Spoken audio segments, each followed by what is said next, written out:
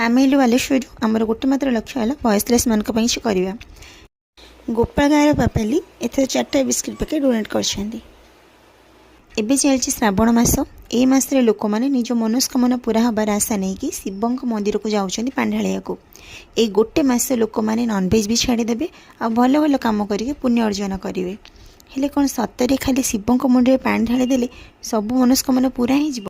बहुत लोक श्रद्धार सहित सचोट मनर सहित भक्तिर सहित जाऊँच पानी ढालुंट।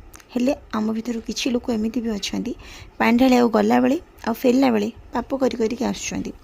हो पारे स्ट्रीट एनिमल मान गोईठा मारिबा कि ऊपर पत्थर फोपाड़ा यहाँ नजर पाप न होई पारे।